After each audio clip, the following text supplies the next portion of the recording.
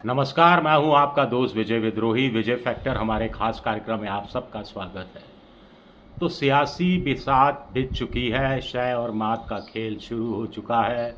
प्रधानमंत्री नरेंद्र मोदी ने अपने पत्ते खोल दिए हैं, पाकिस्तान ने अपने पत्ते खोल दिए हैं, चीन ने अपने पत्ते खोल दिए हैं, राहुल गांधी ने भी अपने पत्ते खोल दिए हैं। मोदी और राहुल गांधी ने पत्ते कैसे खोले हैं इस पर बात करूं, लेकिन पहले मैं आपको एक लाइन में बता दूं कि अमेरिका की खुफिया एजेंसी ने जो पत्ते पाकिस्तान और चीन के इरादों को लेकर खोले हैं वो बेहद डराने वाले हैं, चौंकाने वाले हैं, परेशान हैरान करने वाले हैं।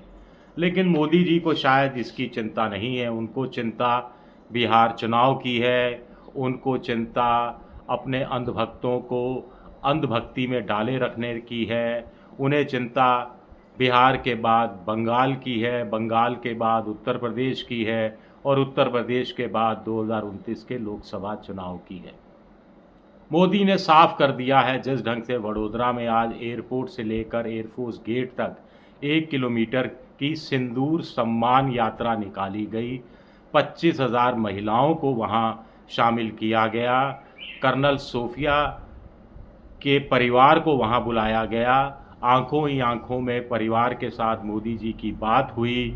उससे मोदी जी ने साफ कर दिया है कि वो ऐसा माहौल चाहते हैं कि भारत की महिला, ख़ास तौर से हिंदू महिलाएं, हालांकि पंजाब की महिलाएं भी, कुछ जगह ईसाई महिलाएं भी सिंदूर लगाती हैं, तो जब भी कोई महिला सिंदूर लगाए या सिंदूर लगाने के लिए मांग निकालें और सिंदूर की याद आए तो तुरंत उनके दिलो दिमाग में ऑपरेशन सिंदूर छा जाए, उनकी आंखों के आगे पहलगाम आ जाए, विलाप करती हुई विधवाएं सामने आ जाएं, उसके बाद ड्रोन आ जाए याद, मिसाइल आ जाए, पाकिस्तान के नष्ट हुए हवाई अड्डे आ जाएं, मोदी जी का सम्मान याद आ जाए और सिंदूरी भगवा कमल पर वोट डालने वो तत्काल निकल जाएं।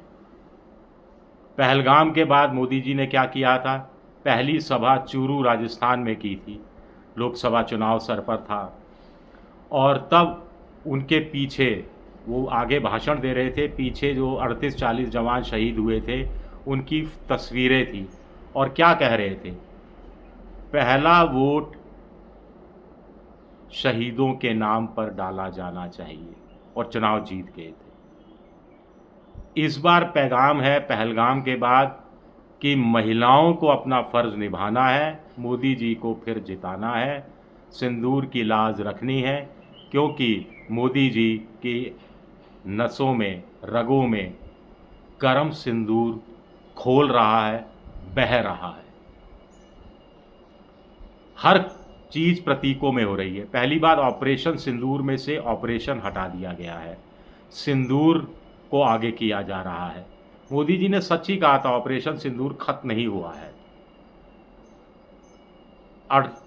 88 घंटे का युद्ध ज़रूर खत्म हुआ, लेकिन बीकानेर से ये फिर सिंदूर सामने आना शुरू हुआ, जिसमें फेमस डायलॉग सामने आया कि मेरी रगों में गर्म सिंदूर दौड़ रहा है। और बड़ोदरा में अब सिंदूर सम्मान यात्रा है। बड़ोदरा में, भुज में, अहमदाबाद में, गांधीनगर में, फिर अगले दिन प्रधानमंत्री 29 को सिक्किम जाने वाले हैं, बंगाल जाने वाले हैं, फिर वो उत्तर प्रदेश जाने वाले हैं, बिहार जाने वाले हैं, पटना जाने वाले हैं, रोहतास जाने वाले हैं, फिर 31 मई को वो मध्य प्रदेश जाने वाले हैं, जहां अहिल्या भाई महिला सम्मान समारोह वहां भी होगा 300 साल पूरे होने पर। तो हर जगह महिलाओं को जोड़ा जा रहा है, हर जगह स्ट्रेटेजिकली ऑपरेशन सिंदूर के नाम पर प्रधानमंत्री का गौरव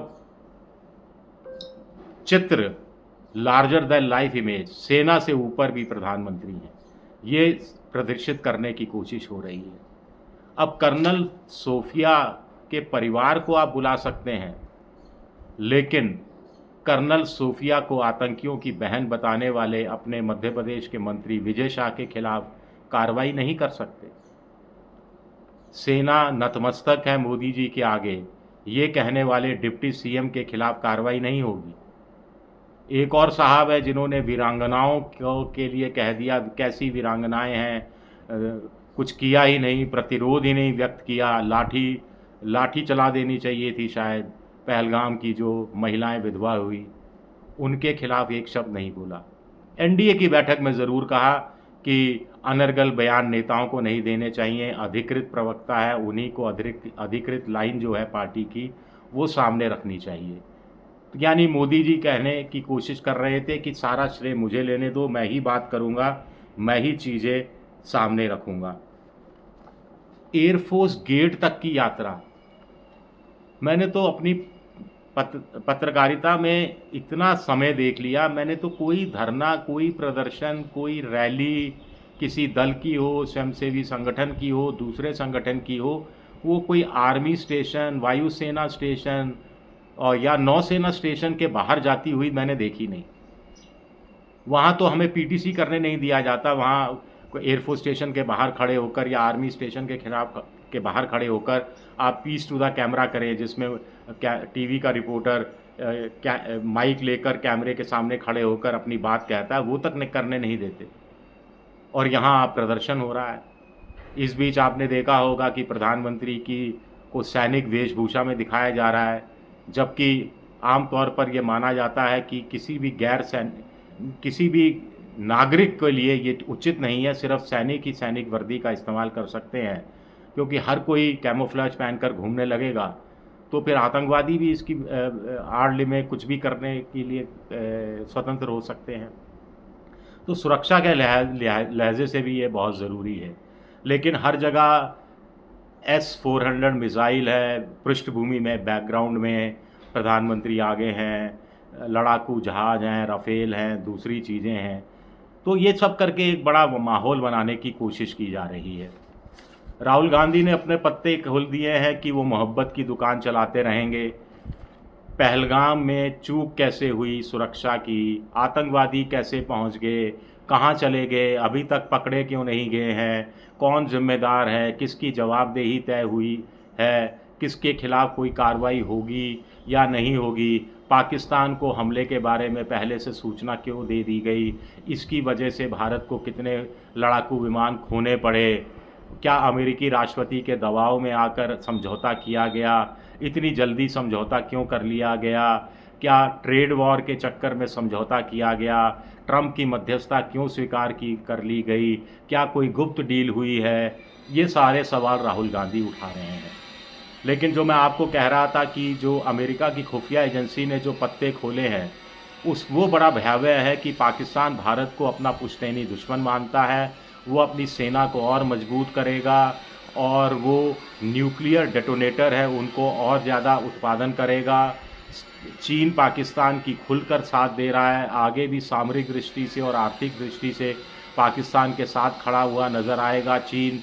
इस समय भारत और पाकिस्तान दोनों देशों के पास लगभग 170 परमाणु हथियार है।